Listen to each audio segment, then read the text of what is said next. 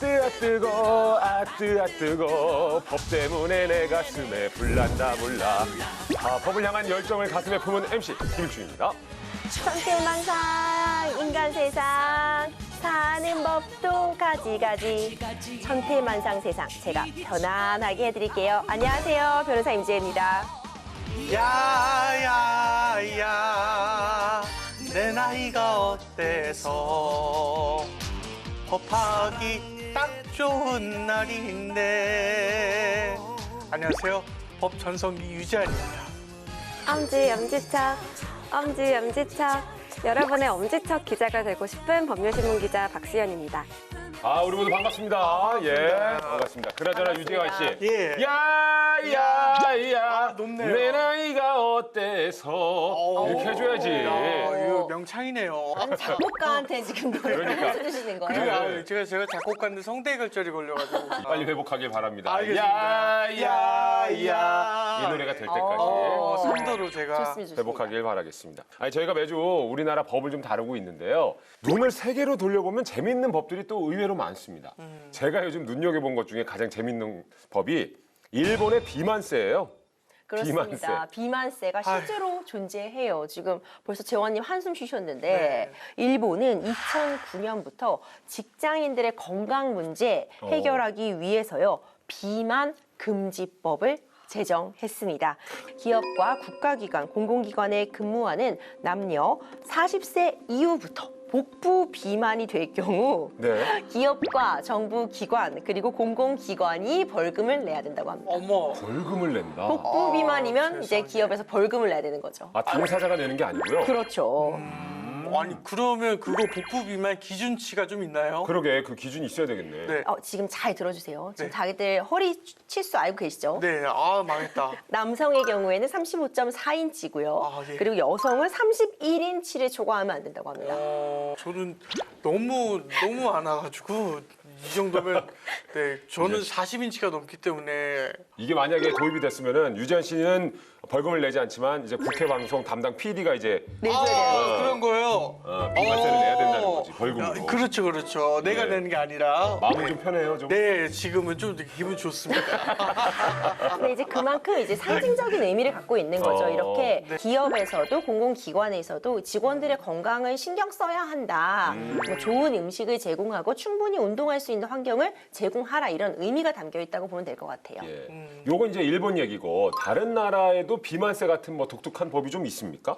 네, 프랑스에도 독특한 법이 있는데요. 바로 꿀꿀 돼지에 이름을 붙이면 불법이라고 하는 법이 있습니다. 어떤 이름을 붙이면 안 될지 혹시 감이 조금 오시나요? 돼지에다가 이 이름을 붙이면 이 사람의 이름을 붙이면 안 된다? 예, 맞습니다. 뭔가 신성시하는 뭐 그런 존재겠죠. 프랑스는 이 사람이죠. 프랑스 사람 이 사람이지. 프랑스 사람 이 사람이야. 네, 프랑스 하면 이 사람이야. 예. 네, 정답은 바로 나폴레옹인데요. 그렇죠. 이유는 그 조지 오웰의 소설 동물농장을 보시면 독재자 스탈린을 상징하는 돼지 이름이 나폴레옹이거든요. 그래서 그 이유 때문에 냉전 시대의 영향으로 지금까지 나폴레옹이라는 이름을 돼지에게 붙이면 불법이라고 되어 있습니다. 그러니까 고양이나 개한테는 뭐 나폴레옹 괜찮은데 돼지한테만은 안 된다. 네네. 그렇군요. 시대가 바뀌어도 법은 또 그대로 남아있네요. 보통 이런 경우에는 법이 없어지거나 개정되거나 하지만 상징적으로 남아있는 경우도 있거든요. 패션의 도시 하면 바로 이탈리아 밀라노잖아요. 밀라노. 근데 거기에는 스마일법이라는 거 있습니다. 한번 웃어주세요. 스마일. 스마일법이라는 게 있는데요. 함스부르크 제국 시절에 사람들의 싸움을 좀 막아보겠다 이런 목적으로요. 밀라노의 거리에서는 항상 스마일, 웃음을 지어라 이런 게 법으로 만들어졌다고 합니다. 이게 조례로 이제 제정이 되었는데 여전히 남아 있다고 해요. 그러니까 우리 밀라노 가면 항상 스마일 잊지 말아주세요. 야, 거리에서 항상 미소 짓도록 하는 법. 이거 우리나라에도 도입되면 괜찮을 것 같아요. 거기서 만나는 사람들마다 미소 한 번씩 지어주면 기분 좋아지잖아요. 법이라는 게 정말 그 나라의 뭐 생활 방식이나 문화 그리고 뭐 가치관 이런 것들이 고스란히 좀 담겨 있다는 생각이 들어요. 네. 자, 법에는 다 이유가 있고 그리고 계획이 있습니다. 그렇지 맞아요. 네. 진짜 계획이 다 있네. 네, 그렇죠. 맞습니다. 자, 법의 이유를 알 수 있는 우리들의 법. 어떤 법이 무슨 이유에서 만들어졌는지 본격적으로 한번 알아볼까요? 자, 국회 본회의를 통과한 새 법률을 알아보는 시간이죠. 박 기자, 오늘 소개할 법은 뭔가요? 네, 제가 하나 질문을 드리고 싶은데요. 혹시 개인정보 보호가 잘 되고 있다고 생각을 하시나요? 아, 저는 아닌 것 같아요. 저도 아닌 것 같아요. 네. 전혀 아닌 것 왜 같습니다. 어떤 부분에서 좀 그렇게 느껴요? 일단 핸드폰에 그 광고 메시지가 너무 많이 오고요. 어. 뭐 대리운전도 시작해서 뭐 예를 들면 주식 정보까지 네, 여러 가지가 진짜 오는 거 보면은 아니 도대체 내 번호 어떻게 알고 보내는 거야? 그 생각이 진짜 많이 들었습니다. 맞아요. 이미 뭐 주민등록 번호도 실은 우리가 뭐 감춘다고 그래도 여기저기 많이 좀 요구하기도 하고. 맞아요. 네. 네. 아니 뭐 본인 확인이 또 필요하니까 요구는 하겠지만 네. 그렇죠. 잘 모르겠어요. 네, 맞습니다. 그러니까 기업이나 기관, 심지어 학교에서까지 개인정보가 유출되는 사고가 해마다 좀 발생을 하고 있는데요. 잘 모르는 링크에 들어가거나 뭐 주민등록증을 분실하거나 했을 때 나의 이름과 주민등록 번호를 모르는 사람이 습득할 수가 있고 그럼 그걸로 내가 모르게 계좌를 신설하거나 대출을 받는 식으로 또 2차 범죄로까지 이어질 수 있는 상황이 질비해 있습니다. 오늘 새 법률이 그럼 개인정보와 좀 관련이 있는 건가요? 네, 맞습니다. 주민등록번호 유출과 관련된 법인데요. 주민등록번호 신속 변경이 가능한 주민등록법 개정안이 지난 7월 27일 국회 본회의를 통과했습니다.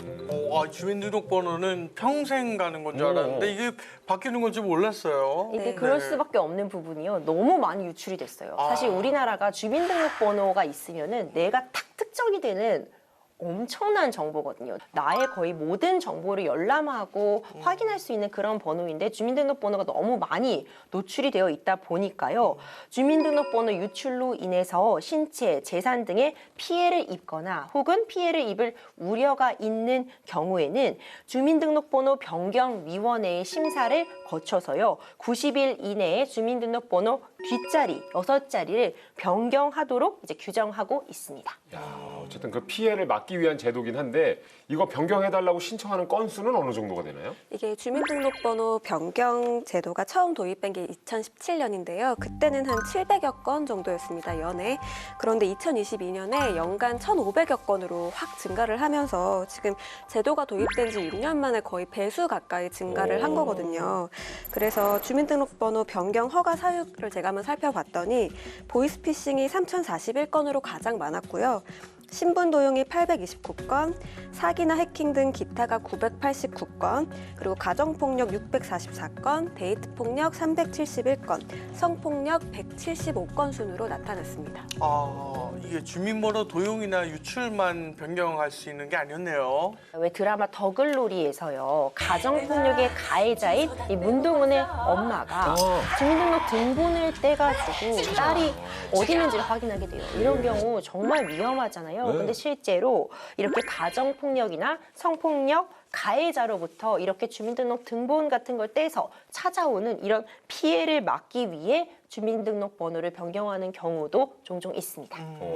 그렇다면 이제 기간을 얼마로 좀 단축하는 건가요? 그러니까 주민등록 번호가 유출된 사람이 생명이나 신체에 위해를 입거나 위해 발생이 긴박한 경우, 그리고 변경 청구의 중대성과 시급성이 인정될 때는 대통령령으로 정하는 바에 따라서 주민등록 변경 청구를 받은 날로부터 45일 이내에 주민등록번호 변경에 대한 심사나 의결을 완료하도록 하고 있고요. 다만 30일 범위 내에서 그 기간을 연장할 수 있도록 했습니다.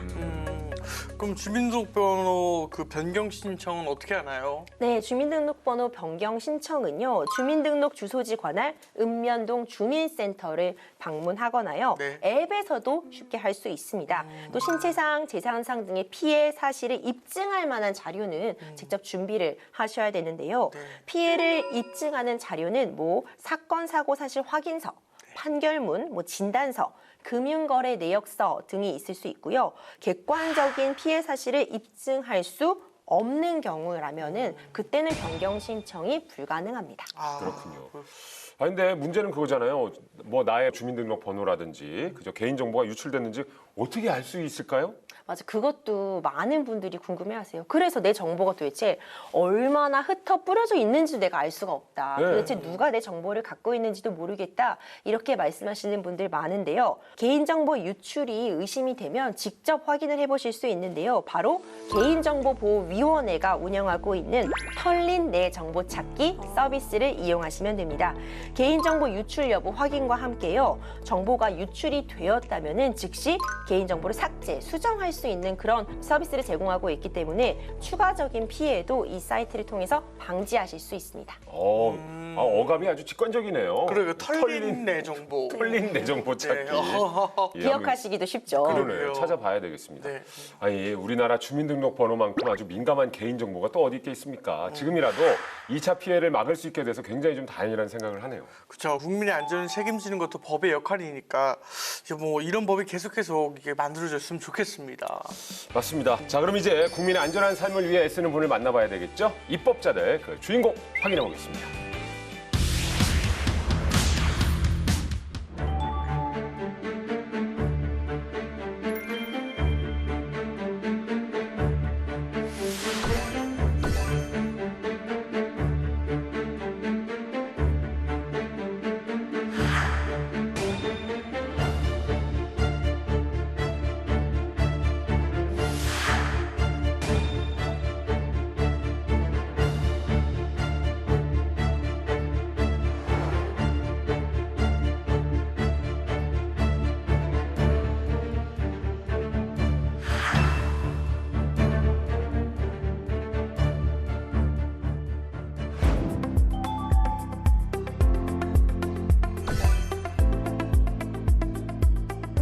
다섯 명당 한 분이 만 65세 노인이 되는 시대를 맞이하고 있습니다. 노인들이 실질적인 복지 혜택을 누릴 수 있도록 하는 것도 매우 중요하다. 지방자치단체마다 재정 자립도가 천차만별이거든요. 좀 더 국가가 부담해야 될 부분들 비율을 높이자. 유공자 간에도 여러 가지 수당 유형이 다르거든요. 국가보훈 대상자도 기초연금을 제대로 받을 수 있게 하는 생계급여액을 지급 시에 기초연금액을 공제하여 지급하게 됩니다. 연금액을 소득인정액의 50%만 반영하는 유독 이제 의료급여에 대해서는 부양 의무를 명시하고 있습니다. 의료급여에서도 부양 의무를 제외하는 것을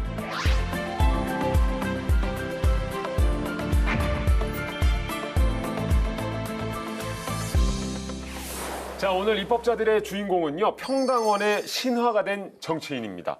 최연소 중앙위원, 첫 대학생 위원장, 그리고 최초 30대 원외 전국 청년위원장을 거쳐서 평당원 출신 첫 당 최고위원까지 오른 그야말로 입지전적인 인물인데요. 더불어민주당 장경태 의원 자리하셨습니다. 어서 오세요. 네, 안녕하세요. 안녕하세요. 안녕하세요. 네, 반갑습니다.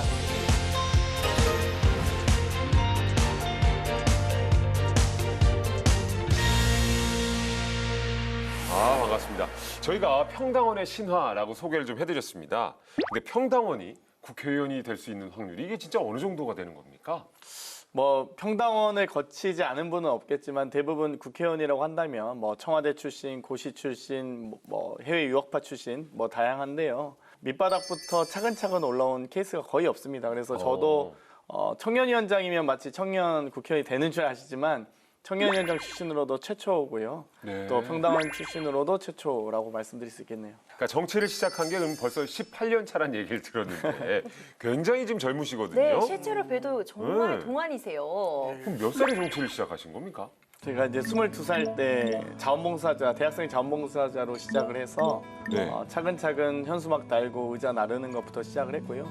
여러 가지 각종 선거 캠프에서 실무자로 활동을 하다가 좋은 기회가 와서 또 열심히 또 도전을 하는 끝에 좋은 결실을 맺은 것 같습니다. 장경태 정도가 국회의원 될 수 있으면 누구나 저는 도전할 수 있다고 생각합니다. 뭐 그렇진 않을 것 같은데요. 예, 실제로 지금 당 최고위원도 맡고 계신데 이제 9월 중순을 향해 가고 있습니다. 요즘 좀 많이 바쁘실 것 같은데 어떻게 지내고 계세요? 뭐 일단 지도부는 일상적으로 월수금 최고위원회 회의가 있기 때문에 또 여러 원내 상황이라든지 정책 현안이라든지 또 당무 상황들을 다 종합적으로 검토해야 되는 위치이고요. 여러 법안 심사를 비롯한 또 국정감사가 또 기다리고 있습니다. 열심히 일복은 터진 것 같습니다. 나올 현안들도 굉장히 많네요. 그래요? 예. 무엇보다도 청년 문제와 관련해서는 꾸준히 입법 활동을 해오셨잖아요. 아무래도 저희가 또 희망을 만드는 사다리를 만들고 싶다는 생각을 많이 해서 사다리법 시리즈를 많이 발의를 했었습니다. 그래서 청년 정치 사다리법을 시작으로 일자리, 주거, 보육, 부채, 창업 등의 다양한 사다리법을 발의했고요. 뭐 예를 들면 청년 창업 사다리법 같은 경우는 청년 창업하라라고 많이 권유하고 있지만 청년 기업에 대한 법적 정의가 없어요. 네. 그러다 보니까 이 어떤 일시적인 일회성 정책들이 많은데 청년 기업에 대한 법적 정의와 실질적 지원에 대한 법률안들을 발의한 바 있고요. 뭐 만 18세 피선거권 하향 조정이라든지 만 16세 정당 가입 연령 하향이라든지 이 청년 관련된 이 정치 관련된 사다리법도 많이 발의했습니다. 내년 총선에도 이렇게 의원님 같은 분들이 좀 많이 입성하실 것 같은데 그렇게 보시나요? 뭐 사실 가장 좋은 국회는 국민을 닮은 국회거든요. 네. 보다 더 새로운 시각을 가진 분들, 또 다양한 가치관을 가진 분들이 넓은 국회를 만드는 게 중요한데 너무 이 좁고 너무 이 성공 위주의 국회라면 정말 일반 국민들의 생각과 시선을 함께 갖긴 어렵기 때문에 저는 내년 총선에선 보다 더 국민과 닮은 국회가 되길 바라고 있습니다. 네. 의원님께서 30대를 대표하는 청년 정치인으로 국회에 이제 입성을 하셨는데 이제 40대를 향해 가는 지금 관심사가 조금 달라지신 부분이 있을지 여쭤보고 싶습니다. 골프 치나요? 골프 채는 한 번도 안 잡아봤는데요. 네. 뭐 제가 공에 소질이 없는 것 같습니다. 네. 뭐 탁구도 못하고 농구도 못하고. 네. 확실히 뭐 관심사나 고민 같은 게 좀 달라지셨나요? 어떻습니까? 의원이라는 게 열심히 공부하는 만큼 또 열심히 의정 활동을 하는 만큼 할 수 있는 범위가 넓거든요. 그렇기 때문에 저도 이제 이 전반기 상임위는 국토위와 여가위, 운영위, 정개특위 등을 했었는데 뭐 당에서도 혁신위원장을 맡고 있어서 정치개혁에 대한 것도 관심이 많이 생기게 됐고요. 또 이번에 여가위 하면서도 뭐 여성 정책뿐만 아니라 가족 정책, 청소년 정책에도 관심을 많이 갖게 됐습니다. 그리고 이 노인 복지에 대해서도 관심을 많이 갖게 되는데요. 지금 7명당 1명을 부양하는 현재 상황에서 이제 앞으로 한 10년 정도만 지나도 3명이 1명을 부양하는 시대가 되거든요. 그래서 노인 문제는 노인만의 문제가 아닌 우리 미래 문제다라고 보고 있고요. 앞으로 지속 가능한 대한민국의 발전을 위해서 매우 중요한 과제다라고 생각하고 있어요. 야, 방금 말씀하셨습니다. 힘없는 사람들에게 힘이 되는 입법 활동을 하고 계시는 장경태 의원이신데요. 의원님이 청년 문제만큼 진짜 관심을 쏟고 있는 분야가 바로 노인 빈곤 문제라고 합니다. 자, 과연 어떤 대안을 제시했는지 법안으로 살펴보겠습니다. 장경태 의원이 제시한 노인 빈곤 문제 해결 법안 주제는 어르신이 행복한 세상을 만들어요 입니다. 어르신 수당 지원 4법인데요. 이건 패키지 법안이라고 생각하면 되는 걸까요? 이번에 이 어르신 복지 사다리법 같은 경우는 이 기초연금법과 이 국민기초생활보장법 두 가지 법 중에 4가지 개정안 발의했고요.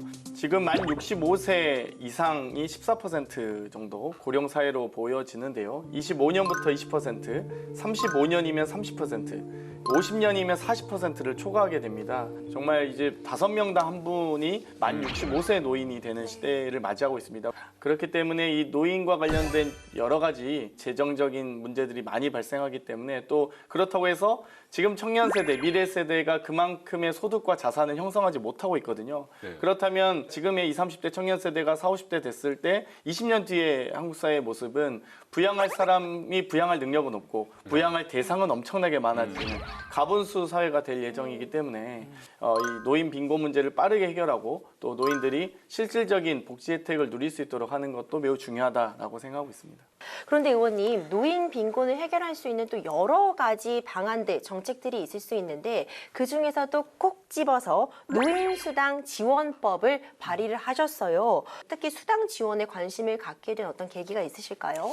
사실 우리나라의 또 노인 이 고용률은 65세 이상 고용률이 35%가 넘어가고 있거든요.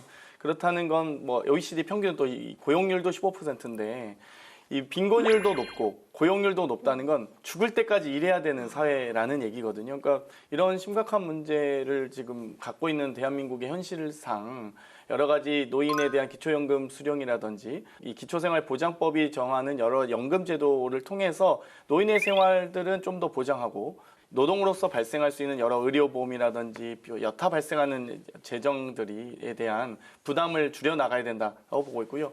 이런 부분부터 먼저 지금부터 좀 챙겼으면 좋겠다라는 생각을 하고 있습니다. 예. 4가지 개선책이 어떤 것들인 거죠, 그러니까? 첫 번째 이제 기초연금법 개정안인데요. 예. 이 국가의 부담이 현재 이 40%에서 90%까지 지자체와의 부담률을 정하고 있습니다. 그런데 이게 지방자치단체마다 재정 자립도가 천차만별이거든요. 그렇기 때문에 국가가 보존해야 될 부분에 대해서 상향 조정한다든지 또 여러 가지 부부 수급자들은 감액되게 되어 있어요. 그래서 이 부부 감액에 대해서도 완화하는 등의 이 기초연금법 개정안이 되겠습니다. 그 실질적으로 기초연금을 받는 분들은 어느 정도 될까요? 이 만 65세 이상 주민등록 800만 명 중에서 기초연금 수급자는 530만 명, 66.7% 정도 되고요. 여러 가지 국고 보조율은 78.4% 정도 됩니다. 그러니까 지금 국가와 지자체 간의 이 분담률이 40에서 90%로 명시가 되어 있는데 실질적으로는 평균 78%. 그렇기 때문에 여기에 대해서 좀 더 국가가 부담해야 될 부분들 비율을 높이자라는 법안이 되겠습니다. 네. 부부 감액을 적용받는 수급자도 계신가요?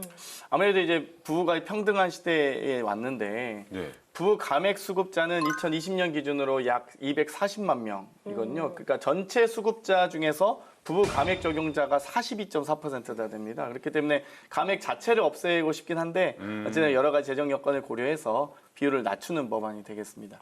그러게 이게 부부가 같이 받는다는 이유로 감액이 되면 그 형편이 좀 어려운 가정에게는 진짜 문제가 될 수 있겠어요. 맞습니다. 기초연금을 받아서 소득이 역전되는 걸 막기 위해서 일괄적으로 감액을 하는 거긴 한데 사실 이게 황혼이혼을 부추기는 불공정한 제도라는 비난도 있긴 합니다. 그렇군요.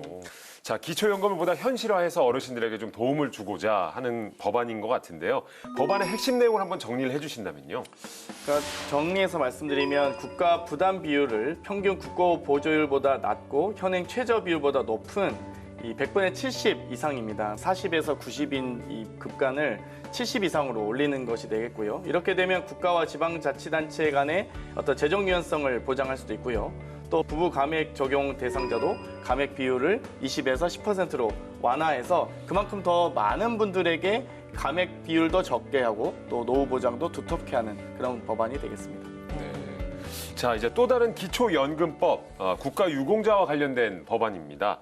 이건 또 어떤 취지에서 시작된 법안일까요? 현행법에서는 기초연금 지급을 위해서 소득 인정액을 산정하게 되어 있는데요. 국가 보훈 대상자들의 보상금 및 수당을 반영하고 있습니다. 그만큼 이 수당과 보상금을 받는 분들은 소득이 늘어나시기 때문에 기초생활수급자 대상에서 제외되시거나 기초연금 자체가 줄어들 수밖에 없는 상황입니다. 또 유공자 간에도 여러 가지 수당 유형이 다르거든요. 그 유형에 따라서 기초연금 소득 인정액이 반영액이 달라지게 됩니다. 그래서 국가를 위해서 헌신한 국가유공자들에 대해서 좀 형평성 문제가 발생하고 있기 때문에 국가보훈 대상자도 기초연금을 제대로 받을 수 있게 하는 법안이 되겠습니다.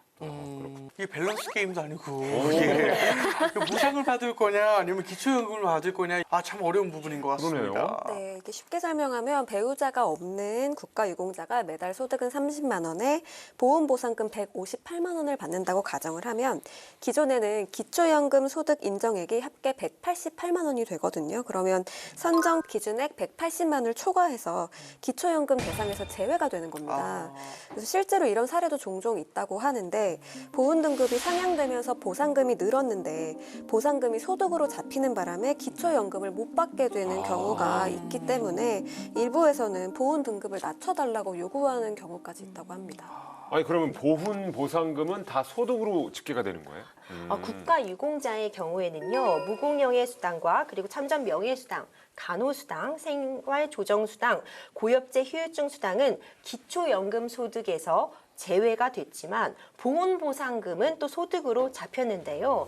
지난해부터는 국가유공자법, 독립유공자법, 보훈보상자법에 따른 보상금과 6.25 전몰 군경 자녀수당, 4.19 혁명 공로수당도 기초연금에서 제외가 되게 되었습니다. 금액이 대략적으로 한 43만 원 정도 된다고 합니다. 그렇죠. 그러니까 지금 잘 설명해 주셨는데요. 국가유공자에 관련된 수당이나 보훈 대상자에 대한 보상금 중에서도 일부가 지금 제외되고 있는 것이거든요. 그렇기 때문에 국가유공자 예우에 관한 법률이라든지 독립유공자 예우에 관한 법률, 또 보훈보상 대상자 지원의 법률에 따른 보상금을 받는 유공자분들이 제대로 보상받을 수 있도록 이 보상금의 50%를 소득 인정액 그 기준에서 보상금의 50%만 제외할 수 있도록 했습니다. 그러니까 핵심이 기초연금 소득 인정액을 50%로 낮춰서 더 많은 사람들이 이제 보상금과 기초연금을 받을 수 있게 하는 것, 요것이겠네요. 그렇죠. 네.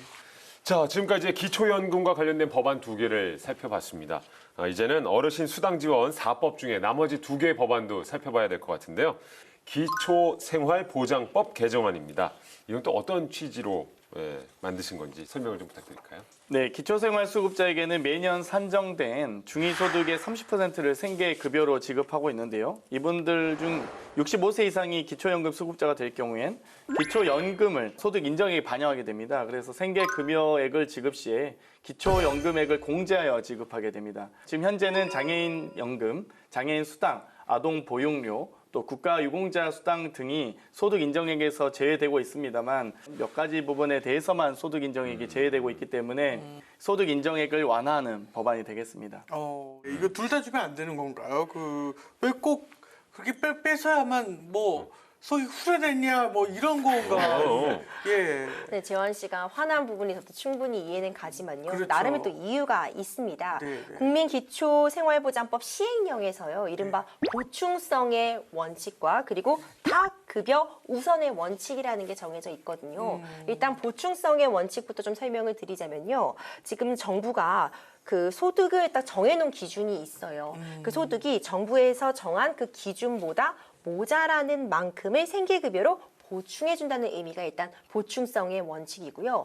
타급여 우선의 원칙이라는 것은 생계급여 신청자가 다른 법령에 의거해서 보장을 받을 수 있는 경우에는 그 급여를 우선한다. 그러니까 이런 원칙들로 인해서요. 국민기초연금법에 따라서 기초연금을 받으면 공적 이전 소득으로 잡히게 되고요. 그러면 생계급여를 받는 그 기준이 되는 소득 인정액이 또 올라가게 됩니다. 그렇기 때문에 기초연금을 받은 그 액수만큼 생계급여 지원 금액은 또 깎이게 되는 거죠.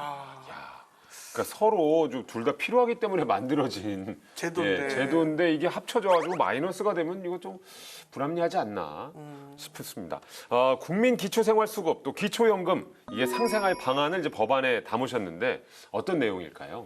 그러니까 이제 기초생활보장법이 정하고 있는 법은 어찌되었건 국민이 최소한으로 갖춰야 할 기본적 생활을 영위할 금액을 얘기하는 겁니다. 그런데 여기 이 금액에서 기초연금이나 혹은 보상금이 있다고 해서 삭감하거나 대상자에서 제외되는 일이 없도록 해야 되거든요. 그렇기 때문에 이 기초연금법 상의 연금액을 소득인정액의 50%만 반영하는 법안을 제가 발의하게 됐고요.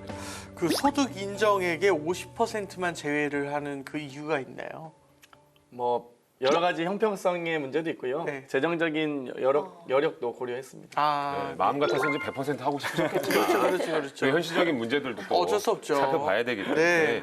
자, 그럼 박수현 기자에게 좀 물어보죠. 이 기초생활보장 수급자 가운데 노인의 비율은 어느 정도가 되는 겁니까? 네, 이게 보건복지부가 발간한 2022년 국민 기초생활보장 수급자 현황에 따르면 수급자 중 노인 인구가 차지하는 비율은 2017년 말 28.9%, 2018년 32.8% 쭉 증가를 해서 2021년 37.6%로 꾸준히 증가를 하고 있습니다.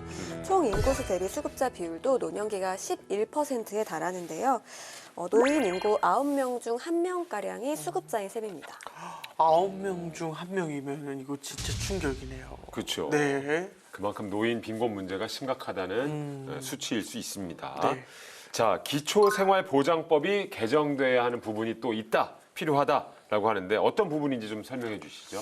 지금 여러 가지 방금 이 기초연금이 정하는 수당 또 방금 보훈 대상자에 대한 보상금 얘기를 드렸는데요. 이와 별개로 또 교육급여, 주거급여, 생계급여, 의료급여 등이 있습니다. 예를 들면 교육급여 같은 경우는 중위소득의 50%, 주거급여는 중위소득의 47%, 또 생계급여는 중위소득의 30%, 또 의료급여는 중위소득의 40% 이게 각각의 급여마다 조금씩 기준이 다른데요.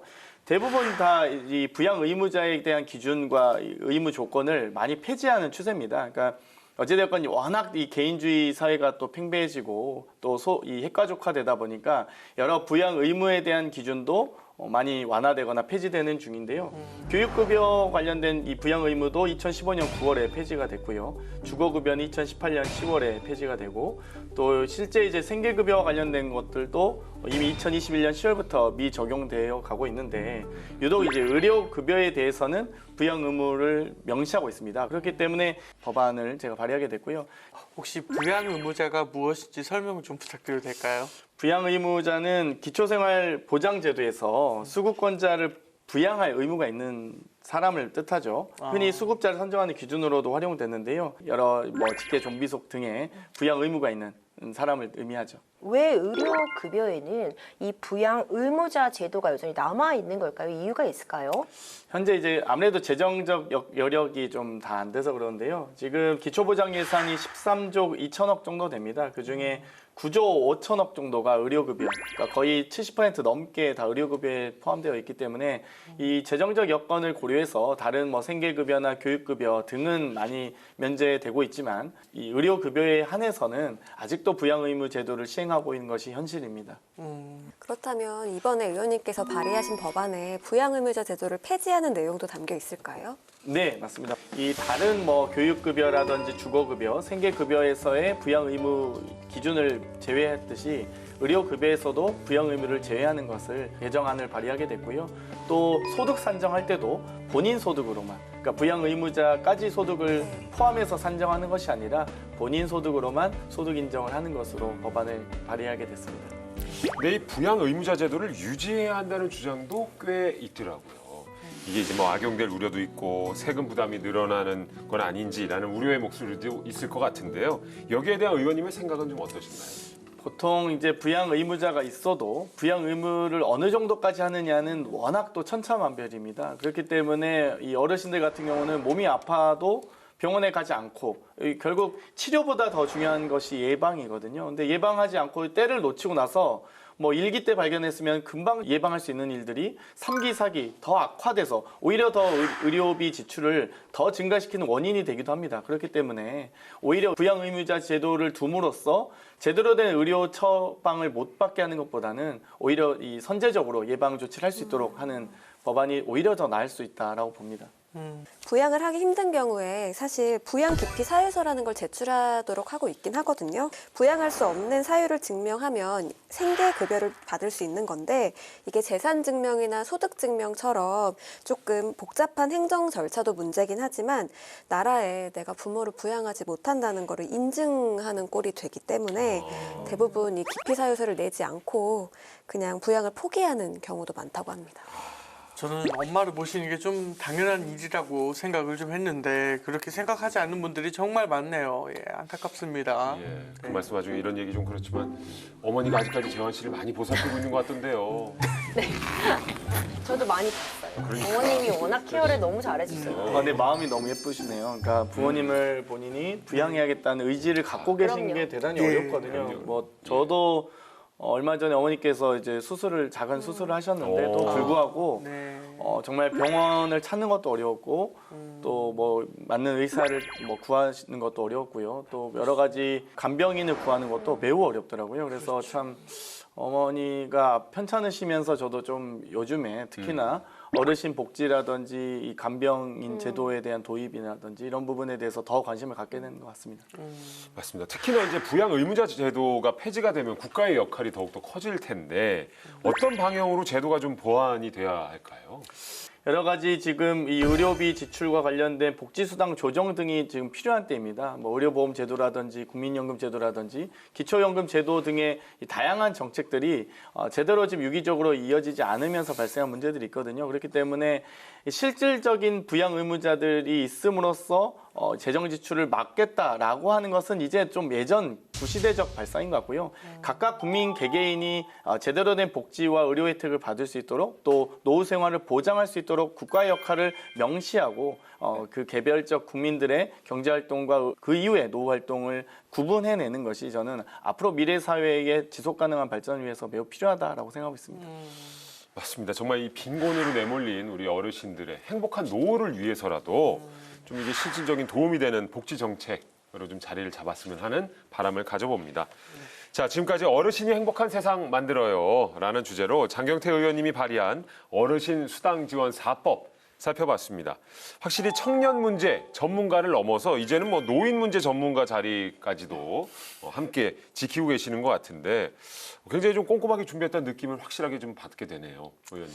사실 이 노인 복지 문제가 어렵습니다. 그러니까 특히나 또 여러 가지 저희가 일자리와 주거 정책도 어렵지만 어르신들이 이제 여러 가지 이 경제활동 인구에서 비경제활동 인구로 전환되는 과정에서의 박탈감, 또 소득이 정지된 상태에서 또 자산이 있는 분과 없는 분들의 상황과 여건이 너무 천차만별이라서 국가가 일괄적으로 정말 제대로 된 제도를 보완하지 않고서는 노인 문제 해결을 위해서도 어렵고 또 앞으로 부양을 해야 되는 청년 세대의 부양 의무도 매우 막중하게 커질 것이 예상되기 때문에 이런 부분에 대해서 좀 더 빠르게 좀 준비해야 될 것으로 예상하고 있습니다. 네. 저는 개인적으로도 또 궁금한 게 있어요. 워낙에 이제 정치 활동을 오랜 시간 젊은 나이부터 함께 오셨지만 이렇게 입법 활동을 하신 거는 이번이 또 좀 처음이시잖아요. 차이가 있으셨나요? 어려움도 있으셨을 것 같기도 하고. 보통 이 꿈꾸던 일들이 현실이 될 때 가장 정치인으로서 보람을 느낄 것 같은데요. 네. 그동안은 이 옆에서 스텝으로서 또 참모로서 또 정당인으로서 이 법안에 대한 제안과 정책을 발의하거나 제안했다면 지금은 이제 입법자니까 스스로 제가 법안을 발의하고 또 여러 가지 정책을 찾아서 실제 제도 개선 등을 할 수 있기 때문에 그런 데서 오는 효용감은 매우 큰 것 같아요.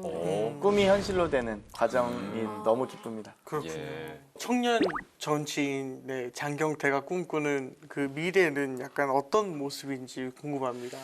저는 누구에게나 평등한 기회가 보장됐으면 좋겠어요. 그리고 실패해도 괜찮았으면 좋겠어요. 제가 18년 중에 12년간 4번 연속 선거에서 떨어졌거든요.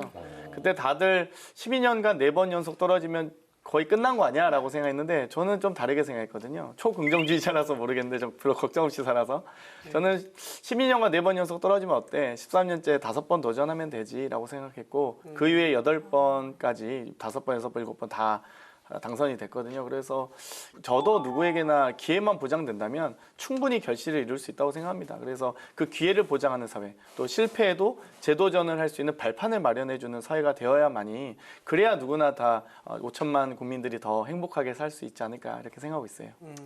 재환 씨 어떻습니까? 오늘 또 옆에서 네. 장경태 의원과 함께 해봤는데 네, 뭐 역시나 그 종족이 다른 것 같아요.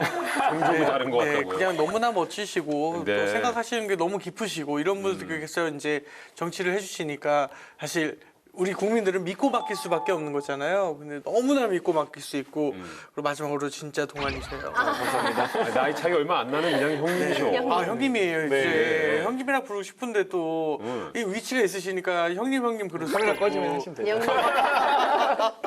아버지 어머니도 잘만 하도 만져. 이렇게 다른 분들한테. 그러게요. 예. 호영호재가 힘드네.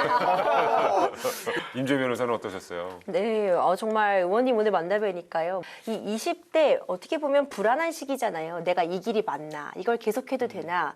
이렇게 불안감도 분명히 있으셨을 것 같은데 실패해도 괜찮다는 의원님의 말이 되게 울림이 남았거든요. 우리 많은 국민들에게, 청년들에게 해주시는 그런 위로와 같은 말이 된 것 같아서 앞으로도 이렇게 많은 국민들에게 따뜻한 위로를 전해줄 수 있는 그런 의원 활동 해주셨으면 하겠습니다. 앞으로도 응원 드릴게요. 감사합니다. 아우. 네, 전 사실 의원님이 청년 문제 전문가라는 건 익히 알고 있었는데 저는 오늘 말씀을 다 듣고 보니 정말 촘촘하고 꼼꼼하게 법안을 준비하셨다는 게 와닿아서 말씀하실 때 노인 문제는 노인만의 문제가 아니라고 하셨는데 저희 모두가 조금 더 관심 갖고 의원님 의정활동 응원하면서 또 저도 지켜보도록 하겠습니다. 감사합니다. 아니, 조금만 부연해서 말씀드리면 대학생일 때 여성단체 활동할 때 많은 지인들이 주변 선배들이 또 여성도 아닌데 왜 여성단체 활동하냐는 얘기를 많이 들었어요. 근데 여성 문제는 여성만의 것이 아니잖아요. 남녀가 함께 노력해야 해결될 수 있는 문제이든 노인 문제도 노인만의 것이 아니다라고 생각합니다. 정말 열정 있는 사람은 본인의 인생뿐만 아니라 세상을 바꾼다라는 말이 있는데 그걸 그대로 증명해내는 분이 바로 장경태 의원이 아닐까 싶습니다. 끝으로 우리 시청자 여러분께 한 말씀 하시면서 이 자리 마칠까 합니다. 평당원 흑수저 청년이 국회의원이 되고 또 당의 최고위원으로서 열심히 의정활동하고 있습니다. 열심히 노력한 만큼 또 열심히 봉사할 수 있다는 것을 명심하고 있습니다. 다른 사람보다 1시간 덜 자고 한 걸음 더 뛰겠습니다. 국민 여러분께 더 낮은 자세로 가까이 다가갈 수 있도록 노력하겠습니다. 장경태입니다. 야, 우리들의 법에서도 응원하겠습니다. 고맙습니다. 감사합니다. 예, 장경태 의원이셨습니다.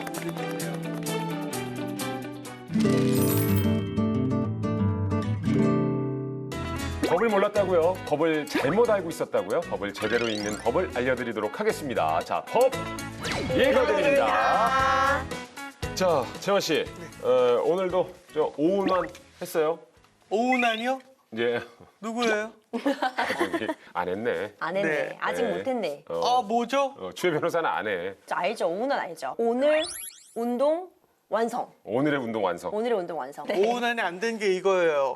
네, 요거를 요즘 그래도 보시면, 꾸준히 저기 네. 노력하고 있잖아요. 맞아요. 노력은 하고 있는데 그럼요. 오운환은 안 하니까 어. 네, 이게 일주일에 한 번 하고 그러니. 그러니까 아니, 골프는 어때요? 요즘에 이 비용도 줄이고 운동 효과도 좀 높이기 위해서 네. 워킹 골프를 많이 한다고. 워킹 골프. 그러니까 이제 걸으면서 하는. 오. 네네. 뭐 우리 넷이 한번 저 골프를 즐겨도 재밌을 것 MC 같아요. 저 너무 좀 좋죠. 알려주세요. 좀 네네네. 가르쳐주세요. 레슨 받고 싶습니다. 저는요, 네. 딴 거 없습니다. 채를 그냥 들었다가 네. 내려놓으면 돼요. 야, 그 내려놓는 게 잘 안 되는데요? 안 되던데. 내려놓는 게. 그럼 얘기 길어져.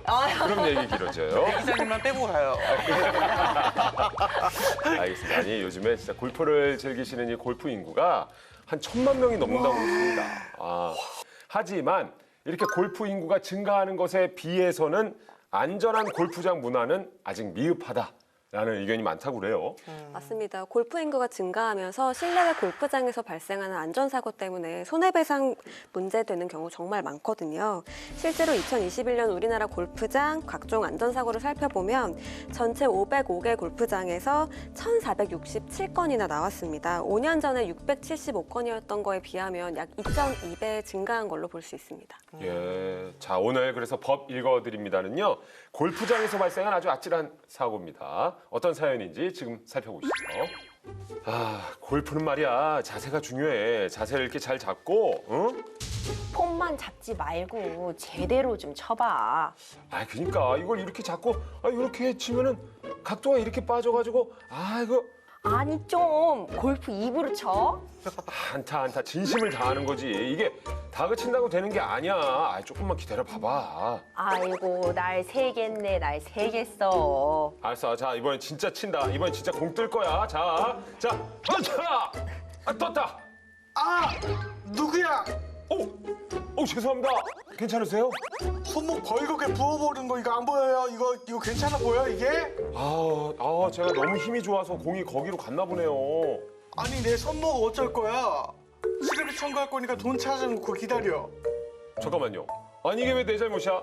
공이 그렇게 튕겨지게 만든 골프장 잘못이지. 여기 사장 나오라 그래. 아니 난데없이 골프장은 왜? 손님이 친 공이 옆 손님에게 간 거잖아요. 이게 왜 내 잘못이야? 몰라. 시럽이 소송할 거니까 당신 둘 다 기다려. 이게 아찔한 사고가 나왔네요. 네네 결국에는 예. 네. 보통 못 치는 사람들이 치면은 다 옆에서 캐디분들이 빵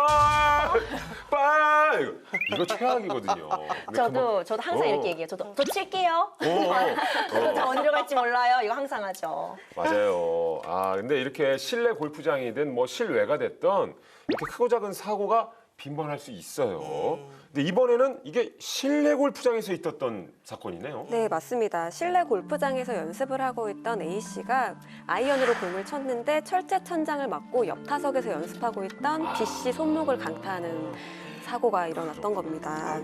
그래서 A씨는 이게 타석 간 안전 펜스나 안전망이 없었기 때문에 이런 사고가 발생을 한 거다. 그러니까 골프장의 안전시설 미비로 인한 거니까 나는 잘못 없다라고 하면서 채무보증제 확인 소송을 했습니다.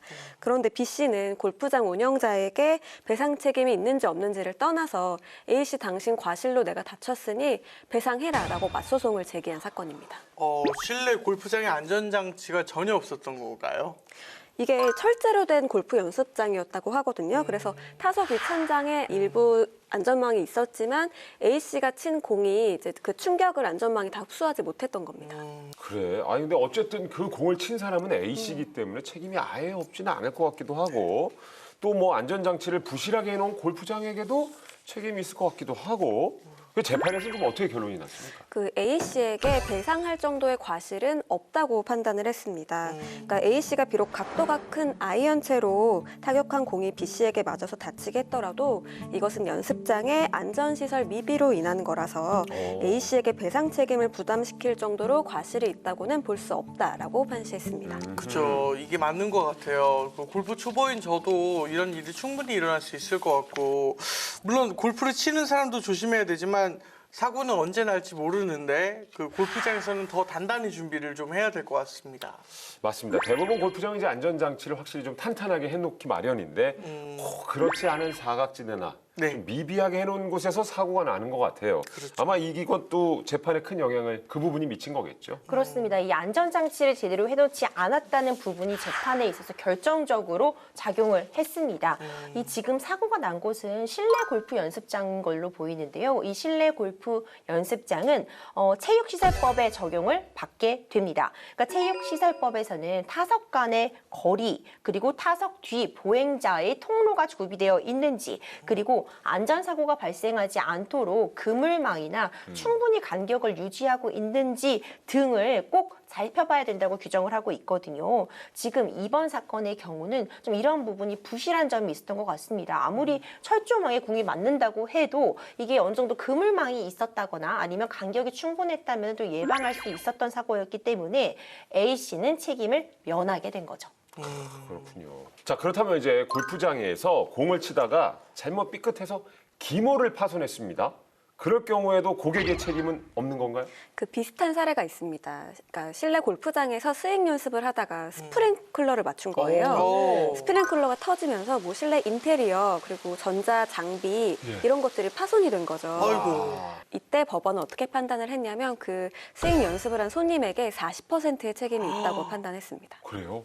이건 고의로 한 게 아닌데 40%가 나온 거면 너무 많이 나온 거 아닌가 싶은데. 그러게요. 어쨌든 예. 손님 책임이 크다는 의미네요. 그렇죠. 그러니까 손님이 행동에 과실이 있다거나 뭐 위법하다고 본 것은 아니고요. 그러니까 야외에 비해 실내 골프 연습장은 당연히 협소할 수밖에 없잖아요. 그러니까 실내 연습장을 이용하는 사람들은 이제 본격적으로 타격을 하기 전에 주변에 어떤 고정물들이 있는지, 그리고 스스로 옆에 사람들이 얼마나 가까운 간격에 있는지 이런 걸 좀 살펴서 제대로 타격할 경우 충격이나 이런 안전사고의 위험이 없는지를 좀 조심할 필요는 있다. 이렇게 판단을 한 것이죠. 네, 그러니까 골프를 치는 사람도 어쨌든 주의를 해야 되는 의무는 있는 그렇죠. 거예요. 네. 확실히. 근데 이것 말고도 골프장에서도 크고 작은 사고들이 일어날 수 있는데 특히나 이 카트 사고가 잦다고 하더라고요. 야. 맞아요. 2017년부터 지난해 8월까지 발생한 카트 사고는 1,751건에 달했는데요. 충돌 사고가 1,302건으로 가장 많았고 추락 사고가 369건, 전복 사고가 69건 순이었습니다.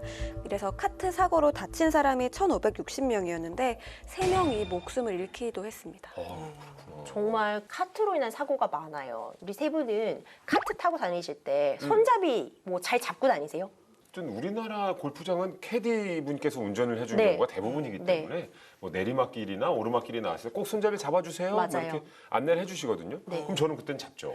근데 아무래도 이렇게 동반자들도 있고 기분 좋게 운동하다 보면은 그냥 카트 같은 거 타고 사진 찍고 다니거나 아, 네. 이런 경우들이 있는데 안전사고 위험에 노출이 되고 있습니다. 맞아요. 실제로 KD가 운전을 하고 있던 카트를 타고 이동하던 골퍼가 추락사고를 당한 그런 일이 있었습니다.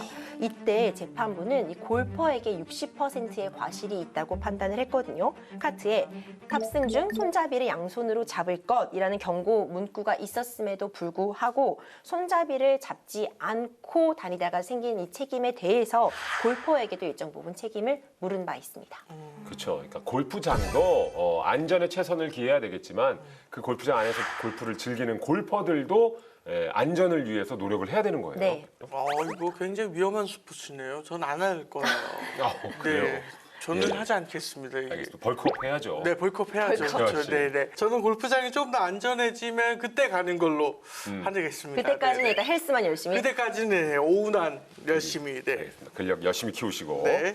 골프장뿐만 아니라 요즘에 체육시설을 정말 많이 이용하시죠. 안전수칙을 철저히 지키느냐 이것도 굉장히 중요합니다. 이 안전수칙이 곧 모두가 즐기는 안전한 스포츠 문화가 아닐까 생각을 해보는데요.